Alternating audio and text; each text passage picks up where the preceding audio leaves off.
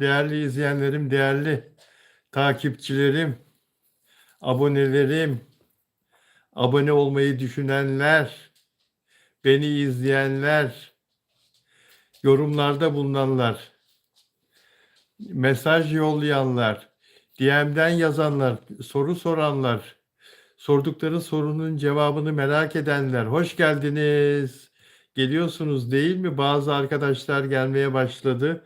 YouTube sizlere bildirim yolluyor. Bilal Özcan canlı yayına geçti diye ve magazin seven dostlar, e, magazinle ilgili merakta olan arkadaşlar, gerçek magazin haberlerini ve gerçek magazin yorumlarını işitmek isteyen dostlar benim hesabıma geliyorlar ve yayınıma katılıyorlar. İyi ki varsınız.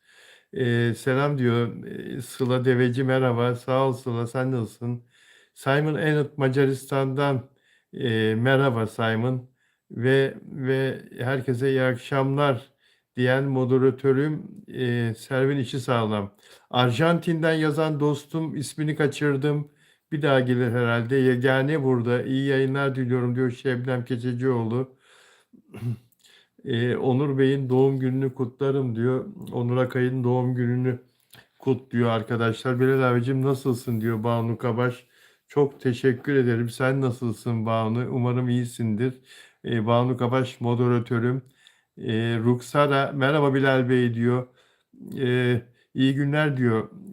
Yegane teşekkür ederim. İyiyim. Çok iyiyim. Ee, Sağ olun arkadaşlar. Şu notu da şuraya yazayım. Şu notu yazayım. Bir de onu renkli kalemle altını üstünü çizeyim ki gözüme çarpsın. Evet. Peki çok teşekkür ederim. Nasılsın? İyi misin diyor. Ay gitti. Gitti. Hızlı akıyor ya. Merhaba delikanlı mı? Derecelendirme diyor. Patricia. Merhaba delikanlı mı? Derecelendirme mi diyor. Patricia ne demek istediğini inan anlayamadım. Olsun yine sen yaz. Yegane yine sen sor Patricia. Yegane merhaba. Maria iyi günler Bilal Bey. Herkese merhabalar diyor. Stella iyi akşamlar Bilal Bey diyor. Dostlar dünyanın neresinden yazıyorsunuz? Türkiye'nin neresinden yazıyorsunuz? Lütfen Banu Kavaş teşekkür ederim. Lütfen mesajlarınızın yanına belirtirseniz çok mutlu olurum. Sizleri bulunduğunuz yerle birlikte tanırsam bazen unutabiliyorum kimin nereden yazdığını. Gülseren delikanlı reytingler düşük diyor. Yükselir. Nurhayat Almanya diyor. Peki Nurhayat ben çok meraklı bir gazeteciyim. Almanya'nın hangi şehrinden yazıyorsun? Hadi onu da yaz. Muva 9 herkese iyi akşamlar diyor. Charlene told size selam verdi. Charlene where are you from Charlene? E, Right please Charlene. Fatma Yıldıran Kapadokya'dan diyor. Vay ne güzel yerdesin. Kapadokya'da yaşıyorsun. Banu Kabaş, Müzgincim nasılsın? Peki yegane. Hanover diyor. Hanover kuzeyde. Kuzeybatıda Almanya'da sevdiğim bir şehir. Rusya diyor. Rusya Tataristan Kazan Muva 9. Öyle mi? Peki Muva 9 Rusya Tataristan diyor. Sıla Deveci Banucum. İyi Banu sen nasılsın? Ben Frankfurt diyor Feride. Frankfurt çok sevdiğim bir şehri Almanya'nın. Frankfurt'tan özel abonem de var. Dilek Şenyurt ama Dilek e, yok epeydir yok Dilek. Yayınlara katılmıyor. Dilek elma dersem çık, armut dersem çıkma. Dilek beni duyuyorsan gel yayına. Nur Hayat Dilek 3 yıldır beni hiçbir canlı yayınımı kaçırmaz. Herhalde biraz meşguliyeti fazla. Bugün sizi daha enerjik, daha iyi gördüm diyor Sıla Deveci. Sıla ağzın bal yesin. Caner burada İzmir Karşıyaka'dan sevdiğim arkadaşım Caner Tuzcu. Kendisi Fenerbahçelidir ama iyi bir insandır, çok iyi bir insandır. Yanlış anlamayın lütfen, Fenerbahçelilerin hepsi çok iyi insan. Ee, Caner Tuzcu aynı zamanda moderatörüm ve özel abonem. Banu Kavaş, peki. Dicle de burada. Dostlar iyi ki buradasınız. ve Afra Saraçoğlu ile ilgili bitmeden peş peşe gelen, adeta yağmur gibi yağan sorularınıza cevap vereceğim. Biraz sonra konuşacağız. Dostlar, bana diyor ki Caner'le bugün telefonla konuştuk. Özel abonem, özel üyem Caner İzmir Karşıyaka'dan. Bilal abi sen eskiden kahkaha atardın diyor yayınlarda diyor. Artık gülmüyorsun diyor. Yok be Caner be. Tesadüf etmiyordur. Bir de bazı teknik problemlerle uğraşıyorum. Canım sıkılıyor. Onların da bir kısmını pazartesi günü inşallah e, çözeceğiz. İnsan herhalde her zamanda aynı olmuyor arkadaşlar. Ben genelde neşeli bir insanım. Hepiniz neşeli olun, mutlu olun. İnsanlar en sıkıntılı dönemlerinde bile tebessüm edebilmeli. Bir şekilde hayata bağlanmak lazım dostlar. Karamsarlığın hiçbir getirisi yok hiçbirimize. Peki Simon Enot, Sayın Bilal Bey maalesef dünkü yayın henüz YouTube'da mevcut değil. Hayda, maalesef her şeyi anlayamadım ama yine de sizi izliyorum çünkü çok nazik ve iyi bir insansınız. Çok teşekkür ederim. Simon Enot Macaristan'dan yazıyor bize. Macar vatandaşı ve sağ olsun Simon Enot iyi bir takipçimiz. YouTube'da yok ne demek? Simon anlayamadım. YouTube'da acaba çevirisi mi yok anlamında söyledi. Onu bir kontrol etmem lazım. Dil çevirisi mi yok? E, dünkü yayın Simon çeviri. Çevirin soru işareti. Notumu aldım Simon. Bu yayından sonra hemen kontrol edeceğim. Macarca'ya çevirmedik mi biz onu? Yani YouTube'a bildirmedik mi? Peki vardı diyor. Nurhayat vardı diyor. Nurhayat dünkü yayın olduğunu söylüyor. Biraz evvel ben de zaten şeyde Instagram'da dünkü yayının linkini vermiştim. Bundan 4-5 saat evvel. Biraz evvel kontrol ettiğimde e, YouTube'da gördüğüm yayını ve bu çeviri meselesine bir bakacağım. Peki, yayının keyfini çıkarın diyor. Eee, Leoni. Leoni yayının keyfini çıkarın diyor. Ne güzel Türkçe yazıyorsunuz ya. Dilek'le görüştüm yoğun çalışıyor o yüzden gelmiyor abi diyor Caner. Peki Caner görüştüğün zaman çok selamımı söyle ve onu özlediğimi söyle. Yine çalışmasına devam etsin. Nasıl olsa Allah sağlık versin hepimize. Buluşuruz. Dilek iyi ama yoğun çalışıyor. Peki dostlar iyi ki buradasınız. İyi ki benimlesiniz. Afra Saraçoğlu ile ilgili haklısınız. Çok sorular geldi. Haklısınız. Konuşacağız biraz sonra arkadaşlar. Seda Sayan ne demiş? Seda Sayan, sevgili Seda Sayan ne kadar güzel kullanıyor sosyal medyayı. Ne kadar kaliteli kullanıyor Seda Sayan ve ne kadar güzel kız. Ne kadar güzel bir kadın. Laf aramızda Seda Sayan'la aynı yaştayız. Laf aramızda kadınlar hiç sevmezler bu konuyu. Aman sakın Seda'ya benim yaşını söylediğimi söylemeyin sakın. Aynı yaştayız. Kaç yaşında biliyor musun? Söylemeyeyim değil mi? Söyleyeyim mi? Söyle. Benim kaç yaşında olduğumu bakın Google'dan. Seda Sayan benimle aynı yaşta. Ben söylersem şimdi buradan bozulur, küser bana. Söylemeyeceğim işte. Söylemedim değil mi? Yaşından bahsetmedim. Diyor ki Seda Sayan, bu dünyalar güzeli kadın İstanbul'a pasaportla girilmeli diyor. Ne kadar haklı ya. Hakikaten çok haklı Seda Sayan. Haklısın. Şehir merkezine hakikaten herkes girememeli ya. Londra'da öyle biliyorsunuz değil mi? Şehir merkezine giremiyorsun arabayla. Arabayı şehrin dışına park ediyorsun ve metroyla şehrin içine, otobüslerle ya da metroyla girebiliyorsun.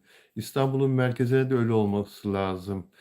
Mesela Bodrum'da da bu uygulanmalı. Trafik acayip oluyor. Günün belli saatlerinde. Yani pasaportla değil de herkes her yere girememeli ya. Yani bir şekilde herkes gidiyor da kısıtlama var Londra'da. Caner. Evet Caner.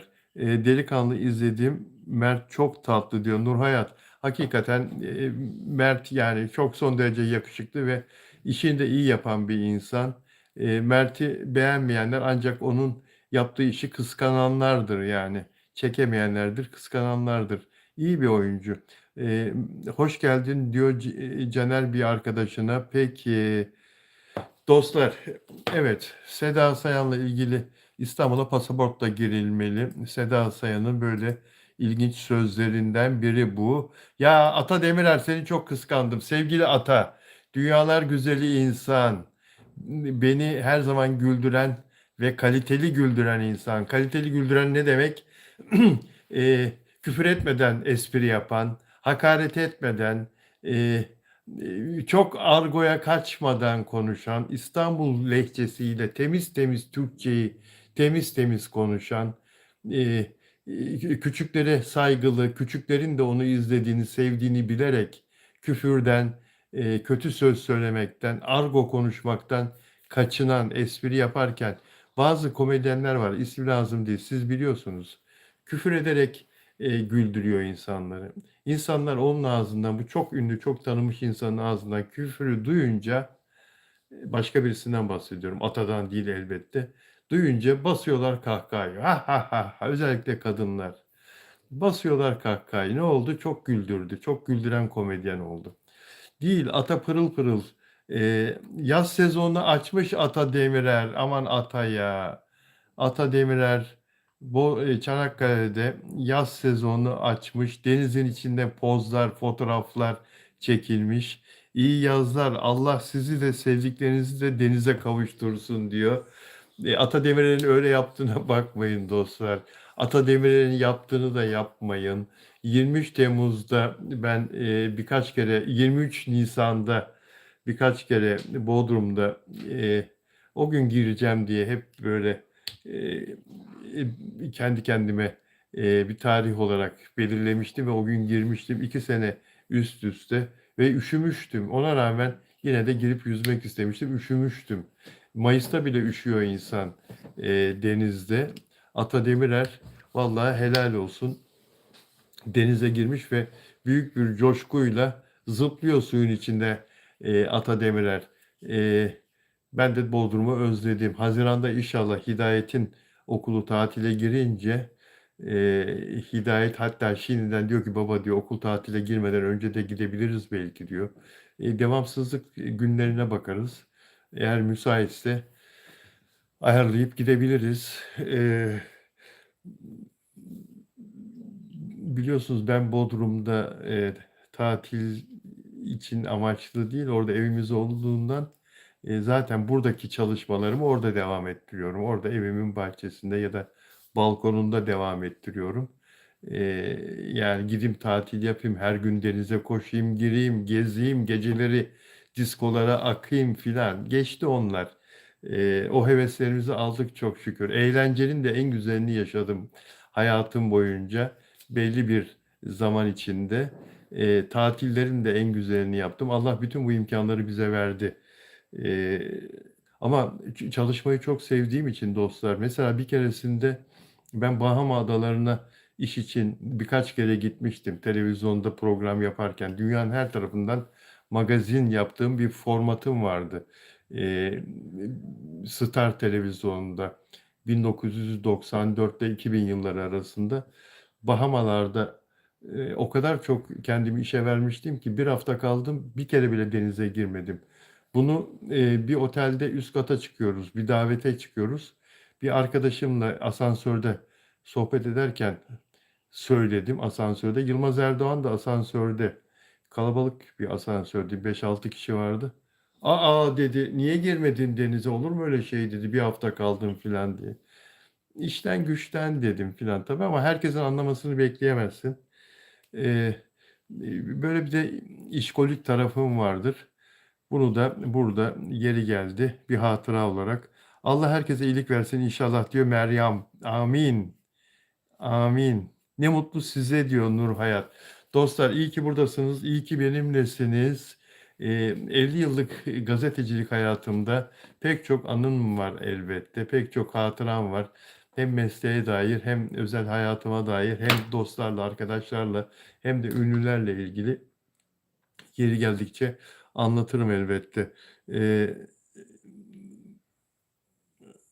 Konuşalım da diyor. Peki dedi ki Afra Mert engeli kalacak. Tabii ki bitti gitti dedi. Peki Afra Mert dedi ama kırgın geçti. Şimdi hayatta başka biri var dedi. Peki Bilal Bey dün Delikanlı dizi izledim. Çok beğendim ama nedense reyting yükselmiyor. Umarım yükselir. İnşallah Mert de her zamanki gibi çok güzel. Peki dostlar, şimdi deniz mevsimini açan ya Ava Yaman ne kadar tatlı bir insan değil mi? Ne kadar da iyi bir oyuncu. Ne güzel oynuyor. Ağlarken güzel ağlıyor, gülerken güzel gülüyor. Sahnelerin hepsinde başarıyla hallediyor. Zaten kaliteli bir oyuncu kadrosu var. Yan rollerde dahil, baş rollerde dahil taşıyacak bu Deniz. Ne kadar çok seviyoruz bu diziyi. Şiddet sahnelerini azaltın kardeşim. Dizideki şiddet sahneleri hiç olmasa daha iyi. Tam bir aile dizisi diye başladık. Sevindik dizi başladığı zaman ama o içindeki şiddet sahneleri giderek çoğaldı. Her neyse, Ava Yaman demiş ki dizinin Trabzon'da çekileceğini öğrendiğimde çok mutlu oldum. Babamla senaryoyu ilk okuduğumuzda gerçekten çok farklı bir giriş yapacak gibi duruyordu. Harika bir başlangıç yaptınız Ava Yaman. Harikaydı. O ilk bölüm nefisti. Seni tanımamız filan orada o dizide o senaryonun o kısmı filan nefisti. Ee, Öyle de oldu. İnsanlar sete fotoğraf çekmek için değil de sarılmak için geliyorlar. Ava Yaman'a sarılmak için gidiyorlarmış. Aman Ava Yaman. İnsanlara sevgi ver, onların sevgilerini kabul et. Bunlar çok güzel şeyler. Sen sevilmeyecek bir insan değilsin. İnsanın seni kardeşi gibi bağrına basası geliyor mutlaka etrafındaki hayranlarının. Ama lütfen sağlığını düşünerek herkesle öpüşme, herkesle tokalaşma, biraz mesafe koy ne olur. Bunu söylemek zor ama ben de senin baban sayılırım. Biraz dikkat et lütfen. Çünkü çok seviliyorsun. İnsanlar sana çok yakın olmak isterler doğal olarak. Bunu nasıl ayarlayacaksın bilmiyorum ama ünlülerin bir de böyle bir zor tarafı var. Maskeyle dolaş diyemeyiz tabii. Eee Ava Yaman çok sevimli, çok eee, ben Ava Yaman'la ilgili olarak şöyle bir şey önermiştim. Mert Ramazan Demir'le partner olsalar bundan sonraki işlerinde nasıl olur diye sormuştum. Çok büyük destek aldı bu fikrim. Elbette Mert Ramazan Demir gibi kaliteli iyi bir oyuncuya, Ava Yaman gibi kaliteli iyi bir oyuncu partner olarak çok yakışır. Ava Yaman'ı oyunculuğunu nasıl diye sorgulamak haddimiz değil. Çünkü kız 20 yaşında pırıl pırıl işini çok çok son derece iyi yapıyor. Bazı insanlar eğitimle filan değil ama genlerinde taşırlar bu yeteneği. Sadece oyunculukla ilgili değil. Diğer bazı mesleklerde de oluyor ya böyle. Sanki oyuncu olarak doğmuş anasından. Başka örnekleri de var bunun. Ama Yaman'da da böyle bir kabiliyet var ve gittikçe de geliştiriyor. İlk bölümlere göre mesela ilk bölümlerde de iyiydi. Şimdi daha da ileriye götürdü oyunculuktaki kabiliyetini, başarısını, yeteneğini. Her neyse o dizideki diğer başrol oyuncuların da hakkını yemeyelim. Yan oyuncuları da öyle. Herkes çok iyi. Senaryoda şiddet sahneleri hariç son derece güzel arkadaşlar. Reytinglerde dört dörtlük reytinglerde. Sinem Kobal'ın bu arada Afra Saraçoğlu ile ilgili konuşacağız biraz sonra. Sinem Kobal'ın empati programına katılıp e, kocasıyla ilgili, çocuklarıyla ilgili konuştuğu, eee, anlattıkları bir basın bülteni olarak geldi biraz önce önüme. Empati programında söyledikleri. Kız çocukları var biliyorsunuz Kenan İmirzalıoğlu'yla. Kızlarımız Kenan'ın köşelerini yumuşattı. Ya Kenan zaten beyefendi bir insan Kenan İmirzalıoğlu. Kenan benden daha çok yemek yapıyor. Mutfakla aram iyi değil. Kenan'ın babalığı ümidimin üstünde. Kenan ruh eşim diyor. İyi bir aile babası olduğunu zaten Kenan İmirzalıoğlu'nun biliyoruz. Afra Saraçoğlu'yla da bu diziyi çok güzel götürüyorlar arkadaşlar. Reytinglerde çok çok iyi. Ne güzel kalpler bunlar. Ne güzel kalpler bunlar.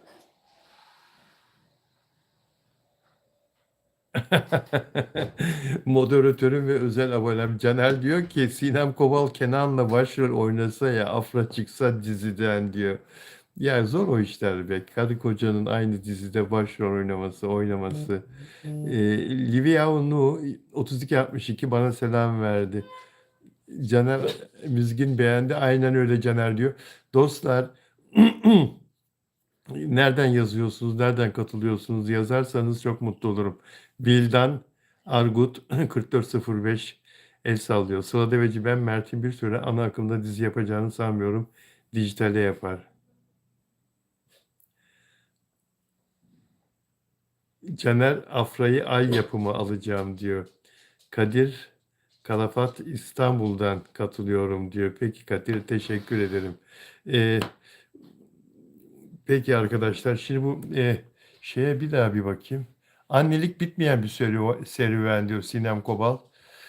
Annelik bitmeyen bir serüven. Hem çok zevk alıyorum hem çok zorlanıyorum. Annelik tatmin edilemez bir duygu. Mükemmel bir şey olsa gerek annelik. E, Şebnem'den hissediyorum zaten bunu.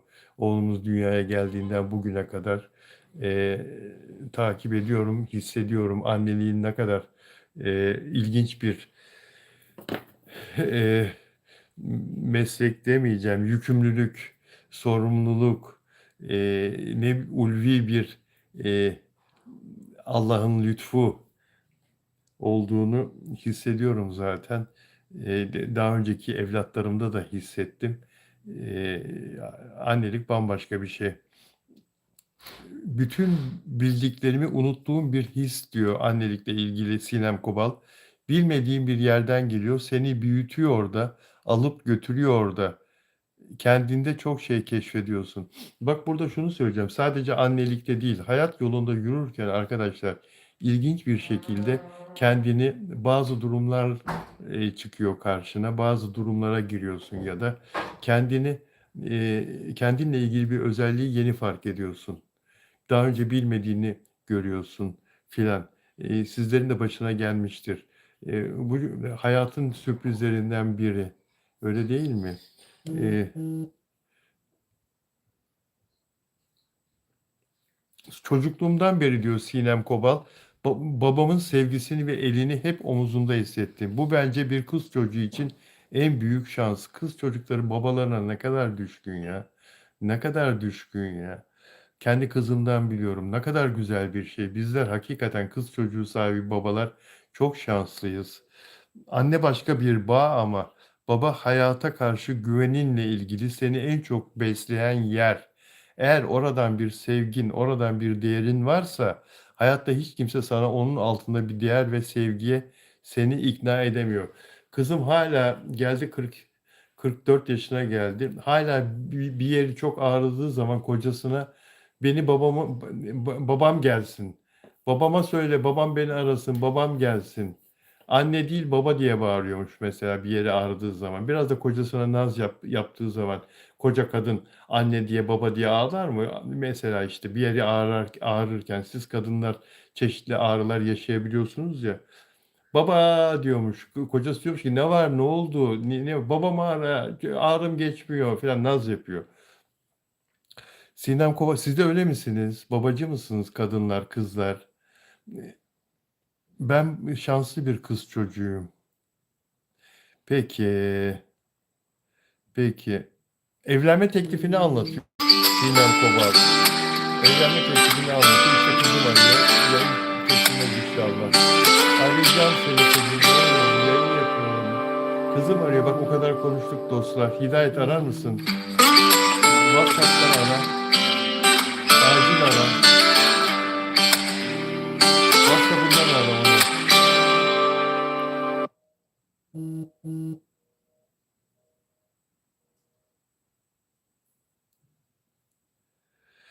Tanışmamızın üstünden ses kesildi mi?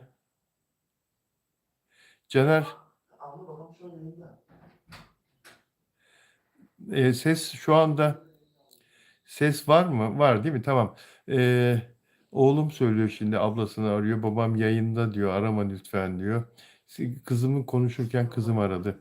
E, Tanışmamızın üstünden e, bana aşık olduğunu söylediği bir tarih var. Tam o günden bir yıl sonra evlenme teklif etme kararını vermiş. 1 yıl sonra aynı gün evlenme teklif etti.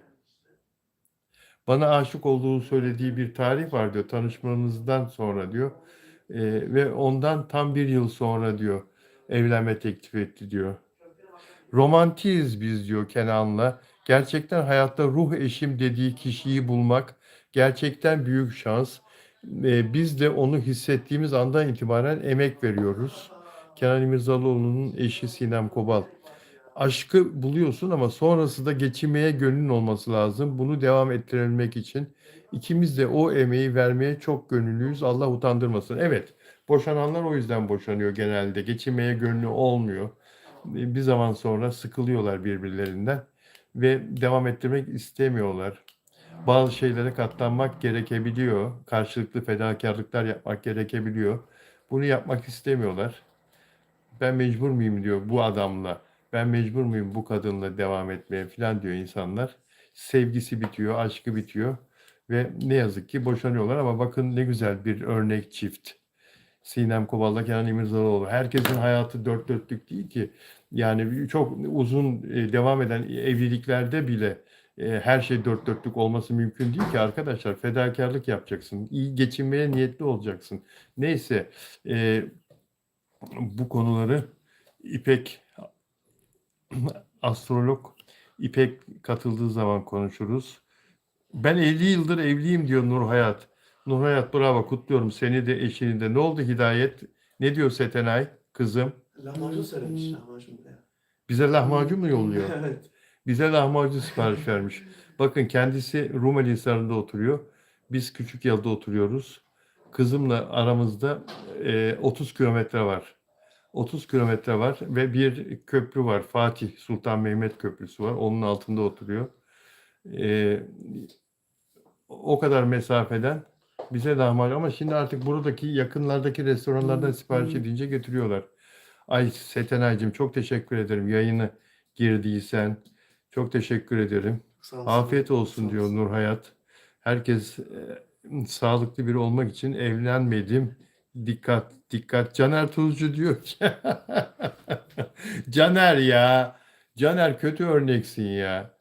Caner özel abonem, özel abonem, moderatörüm. Sevgili Caner Tuzcu, İzmir Karşıyaka'dan bekar erkek, 40 yaşlarında, yakışıklı. Ee, Biz evlilik konuşuyoruz. Caner diyor ki ben de sağlıklı biri olmak için evlenmedim diyor. Ya Caner ya, ömürsün ya. Osman geldi. Osman Ulusan iyi akşamlar diyor. Akıl sağlığımı diyor Caner bekarlığa borçluyum. Yapma. Yapma Caner. Afiyet olsun ben de yarın yapacağım diyor. Servin işi sağlam Adana'dan bu arada. Adanalılar kebap yapmayı, lahmacun yapmayı çok çok iyi bilirler. Esme de geldi. Peki aleykümselam. Herkesin hayatı kendine Caner diyor Mizgin. Evet dostlar sizleri seviyorum. Afra Saraçoğlu konusunu biraz sonra konuşacağız. Evet. Gökhan Tepe sevdiğim bir pop müzik yorumcusu, bestecisi. Gökhan Tepe şu ara rap müziğe doğru bir eğilim var. Gökhan bayağı bir eğilim var. Pop müzik eskisi kadar rağbet görmüyor ama bu dönemsel diyor. Yani geçici diyor. Pop müziğin yeniden yükselişe geçeceğine inanıyorum diyor. Ben pop'u da seviyorum, rap'i de seviyorum, her tür müziği. Arabeski de seviyorum, sanat müziğini de seviyorum. Yabancı pop, yabancı rap, blues, rock müzik hepsini seviyorum. Melodiler sevilmez mi? Yeter ki benim kulağıma hoş gelsin. Peki Gökhan Tepe'ye de böylelikle Yeraltı dizisiyle ilgili Yeraltı dizisinde oynayan Sümeyye Aydoğan'la rol arkadaşı Devrim Özkan sette kavga ettikleri iddiasına cevap veriyorlar. Öyle bir şey yok. Olsaydı zaten siz de duyardınız. Evet böyle bir iddia çıktı. Sette kavga ettiler diye. Olabilir. Demek ki çok önemli bir şey yok. Tartıştılar herhalde. Tartışmayı kavga olarak içeriye yansıtmış olabilir birileri. Yani tartışmış olabilirler. Kavga etmiş de yani saç saça baş başa olursa kavga olur. Onu tartışmış olabilirler. Dışarıya böyle yansımış olabilir ama demek ki sorun kalmadı ki yalanlıyorlar. Yok öyle bir şey diyorlar. Biz ne kavgalar gördük setlerde ya. Can Yaman. Sizler gençsiniz, hatırlamazsınız belki ama o kadar da genç değilsiniz canım. Şaka, takılıyorum. Bundan 7 sene evvel aynı dizide oynadığı başrol arkadaşı, kadın arkadaşına içinde çay olan cam bardağı fırlatmıştı. Sette tartışıyorlar herkesin içinde. Sıcak çay olan cam bardağı fırlatmıştı Can Yaman. Düşünebiliyor musunuz? Kadın şikayetçi oldu. Karakola gitti. Mahkemeye verdi. Hatırlarsınız, Google yaparsanız görürsünüz. Ve kadın diziden ayrıldı.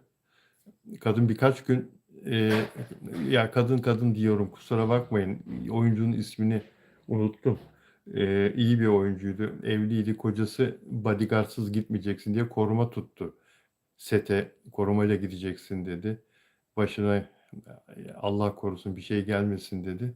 Ve sonra diziden de ayrıldı kadın, birkaç gün gelip gittikten sonra yapımcıyla görüşüp ve dava açtı, mahkemeyi kazandı, biliyor musunuz? Can Yaman para ödemeye mahkum olmuştu, para cezasına. Daha başka kavgalar da biliyorsunuz sizler de. Yani bu şeyde de oldu, Kızılcık Şerbeti'nde de oldu. Diziden ayrılanlar oldu o yüzden. Of. Beril Pozam'ın söylediği, Beril Pozam Yalı Çapkını'nda Sunay'dı, biliyorsunuz. Abidin'in yavuklusu. Sonra gerçek hayatta da Abidin'le evlendiler. Abidin karakterini oynayan oyuncuyla. Beril Pozam diyor ki Yalı Çapkını 20 sezon devam etseydi, 20 sezon ne demek ya? 3 sezon devam etti. Aynı kadro Aynı kadro 20 sezon devam etseydi ben 20 sezon oynardım diyor. Vay canına, ne büyük mutlulukmuş o dizi seti. Ben 20 sezon oynardım diyor. Tamam, sevgilisi dizinin içindeydi. Evet, öyle bir bağlılık vardı ama arkadaşlarına da çok bağlıydı. Oradaki dizideki arkadaşlık bize de geçiyordu, öyle değil mi arkadaşlar? Yalı Çapkını'ndaki arkadaşlık, aralarındaki o samimiyet, sevgi, insanların birbirine, sette bütün çalışanların birbirine hoşgörüsü. Caner diyor ki Can Yaman'da para çok verir abi diyor.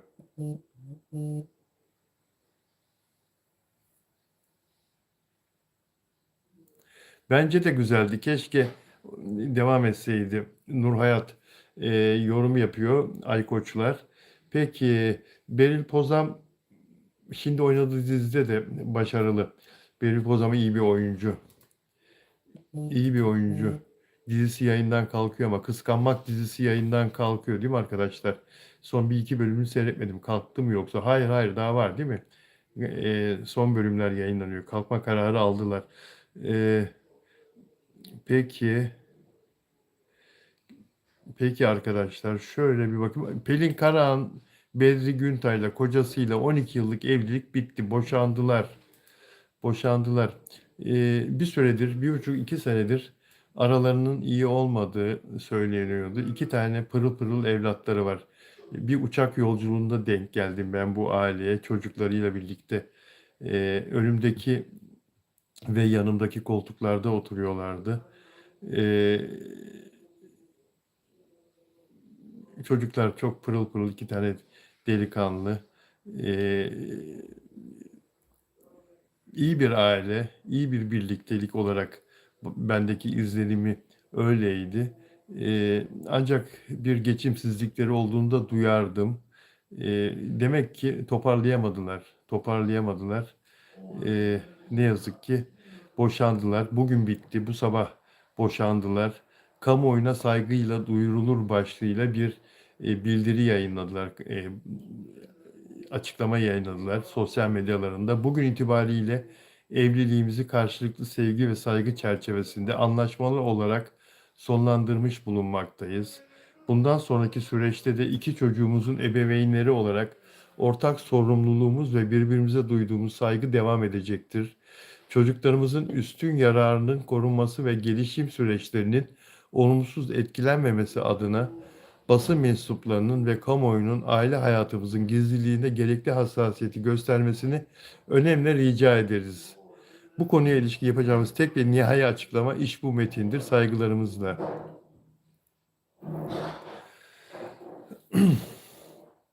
Pelin Karahan bir süredir işiyle ilgili çalışmalar yapıyor çeşitli platformlarda.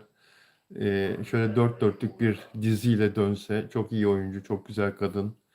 Ee, Tekrar setlerin tozunu attırsa inşallah mesleğinde çok daha başarılı olur. Evlatlarıyla birlikte aile olamadılar belki. 12 yıl sonra evlilikleri bitti ama herkes kendi hayatında mutlu olsun, başarılı olsun. Bizim onların büyüğü olarak, gazeteci olarak e, onlarla ilgili söyleyeceklerimiz ancak gelecekleri iyi olsun, sağlıklı olsunlar, mutlu olsunlar. Her biten evlilik üzüyor tabii insanı. Her biten evlilik çocuklar için özellikle zor tabii, değil mi arkadaşlar? Bazı çiftler çocukların alışmasını bekliyorlar boşanmak için, biliyor musunuz? Galiba psikologlar öyle tavsiye ediyor. Ee, Evlilikleri yürümediği halde bir süre daha devam ettiriyorlar. 2 sene, 3 sene filan. Çocukları alıştırıyorlar. Ondan sonra tamamen bitiriyorlar. Pelin Karahan'ınki de öyle oldu anladığım kadarıyla. Zor ya, zor. Peki arkadaşlar, şimdi, şimdi şu notuma bir bakayım. Şimdi bu Afra Saraçoğlu ile ilgili bu iddia çıkınca, işte hayatında başka birisi var filan gibi bu iddia çıkınca tabii Afram çizgisindeki sosyal medyadaki insanlar çok tepki gösterdiler. Ya bu anticilerin çıkardığı yalan haberler, bunlara inanmayın filan diye. Onlardan bir tanesi şöyle yazmış. Afram 22-25 hesabı. Afram'ın yeniden bir araya geldiği haberi yayılınca, ki böyle bir haber yayıldı, ertesi gün Afra'nın hayatında başka birisi olduğu ya da Ramon'un hayatında başka birisi olduğu haberi geliyor. Bu durum komik ve sıkıcı olmaya başlıyor. Bu döngü asla sona ermeyecek. Bu döngü asla sona ermez arkadaşlar. Çünkü onları çekemeyen, onları kıskanan o kadar çok insan var ki. Bunu defalarca söylemiştik daha önce de. Onların oyunculuğunu kıskanan, başarılarını kıskanan başka oyuncuların menajerleri var, fanları var, e, normal vatandaşlar var. Yani ünlülerden var kıskanan, çekemeyen. Benim yerimi mi alacak acaba? Benim işlerimi de alır mı? Benim gittiğim reklamlara, tanıtımlara ona mı geçer acaba? Bu kadar öne çıkıyor bakın filan diye. İnsanlar maalesef bazı insanlar kötü fikirli, kötü kalpli, her şey olabiliyor. Bir merkezden de yönetilebiliyor. Bazen kampanya haline de getirilebiliyor. Bazı çok sevilen ünlülerle ilgili aleyhlerindeki böyle faaliyetler köpürtülebiliyor da, günlerce köpürtülebiliyor da. Bu televizyon ekranından da yapılabiliyor arkadaşlar. Televizyonda çok seyredilen programlardan da yapılabiliyor bu köpürtmeler. Bazen ana haber bültenlerinden de yapılabiliyor. Şimdi sevgili Onur Akay, sağlık durumunu bana çok soruyorsunuz. Bugün bir yazı yazdı. O yazıyı okumak istiyorum sizlere. Bugün 28 Nisan diye başlayan bir yazı. 49 yaşıma girdim. Nice yıllara Onur Akay. Nice yıllara güzel kardeşim. Ama bu doğum günümü diğerlerinden ayıran çok özel bir şey var. Yıllardır duyurduğum acı haberlerin ardından bugün ilk kez kendi mutluluğumu haykırıyorum diyor Onur Akay. Bana saldıran Pitbull cinsi köpeğin sahibi tutuklandı. Afra Saraçoğlu ile ilgili 2-3 dakika sonra konuşacağız arkadaşlar. Afra Saraçoğlu ayrıntısıyla ilgili 2-3 dakika sonra tekrar konuşacağız. Peki, tutuklandı diyor. Bana saldıran Pitbull cinsi köpeğin sahibi tutuklandı. Çünkü suç arkadaşlar. Pitbull köpekler bir silahtan farkı yok. Silah sayılıyor zaten. İnsanı yaralamak suçundan. Allah korusun boğazına saldırsa ki o köpeklerin ve insanların boğazını hedefler.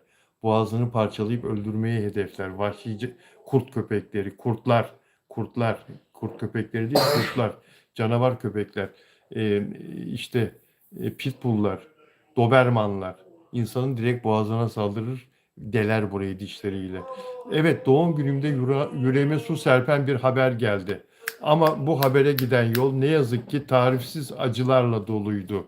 14 Nisan Salı günü Balıkesir Akçay'da yazlık evimizin olduğu yerde can dostum Leo'yu gezdirmeye çıkarmıştım. İşte o an başıboş bırakılmış bir pitbull aniden üzerimize atıldı. Köpeğim Leo'yu korumak için kendimi siper ettim. Sonrasını hatırlamak bile beni tarifsiz bir dehşete düşürüyor. Dudağıma 3, burnuma 9 dikiş. Ama bu sadece başlangıçtı. Çünkü kısa süre sonra durumum kötüye gitti.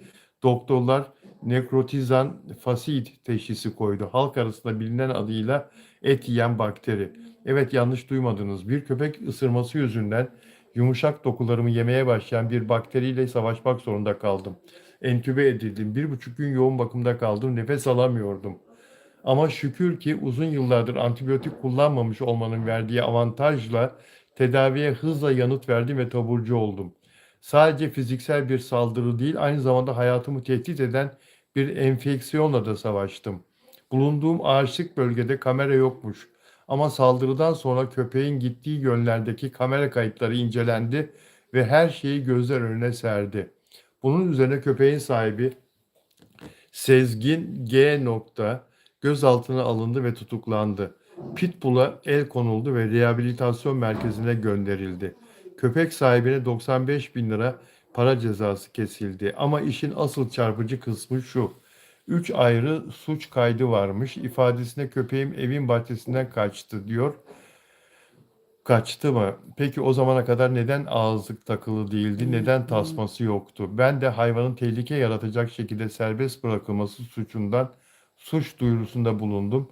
Tarım ve Orman Bakanlığı'nın 2021 genelgesinde pitbull tehlike arz eden hayvanlar listesinde, ama görünen o ki bu liste bazıları için sadece bir yazıdan ibaret. Savcılık sanık için bilinçli taksirle bir kişinin yaralanmasına neden olma suçundan 1,5 yıldan 7,5 yıla kadar hapis cezası talep etti. Umarım bu bir daha kimsenin benim çektiğimi çekmemesi için bir emsal olur. Bu yaşadıklarım hepimize bir kez daha gösterdi ki masum hayvanları korumak demek tehlikeli olabilecek türlerin de kurallar çerçevesinde kontrol altında tutulmasını sağlamaktır. Aynen öyle. Pitbull gibi tehlikeli sınıfına alınan köpek sahiplerine sesleniyorum. Lütfen unutmayın, bu köpekler gerçekten çok güçlü. Kurallar gereği onları taşımak zorundasınız. Evet. Ama bu zorunluluk yetkililerden kaçmak için değil, onların da ve çevrenin güvenliği için var. Tasmalı ve ağız maskeli olarak dolaştırmak zorundasın. Onlar bizim can dostlarımız. Evet, onların da tek ihtiyacı sevgi ve bakım. Ama bu tehlikeli köpekleri başıboş bırakamazsınız. Peki, doğum günümde en büyük hediyem adaletti ve iyi ki hala adalete inananlar var. Sevgiyle kalın, can dostlarınızı ihmal etmeyin. Afra Saraçoğlu dedikodusuna gelince, sıra geldi magazin konularına. İzninizle biraz da magazin dünyasını karıştırayım. Malumunuz Afra Saraçoğlu'nun bir iş insanıyla aşk dedikodusu çıktı. Kopenhag'da görülmüşler, konsere gitmişler, otel odasında kalpli paylaşım yapmış falan. Araştırdım, sordum, soruşturdum. Doğru değil arkadaşlar, doğru değil. Afra Kopenhag'a arkadaşlarıyla tatile gitmiş. Poyraz Yosmaoğlu da Afra'nın kız arkadaşının sevgilisiyle arkadaş. Yani ikinci elden bir bağlantı var. Ve tesadüfen aynı yerde bulunmuşlar. Malum Afra koyu bir Fenerbahçe taraftarı. Poyraz Bey de Fenerbahçe camiasına yakın bir iş insanı. Bu Poyraz Bey, Poyraz Yosmaoğlu Fenerbahçe ile ilgili bir derneğin başkanı arkadaşlar. Fenerbahçe kulübüyle yakın, adında Fenerbahçe olan bir derneğin başkanı. Sadece Fenerbahçe muhabbeti dönmüş aralarında. Aşk dedikodusu çıkana kadar her şey normalmiş yani. Bu arada sevenleri üzülmesin. Afra Saraçoğlu'nun kalbinde Mert Ramazan Demir'den başkası yok. Evet.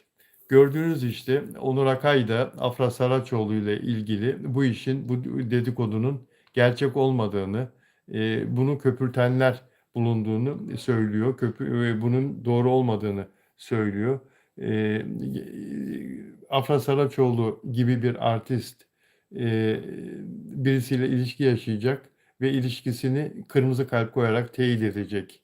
Yani böyle şeylerden zaten kaçınan bir insan. Mert Ramazan Demir'le bile kırmızı kalp koymadı. Koydu mu şimdiye kadar?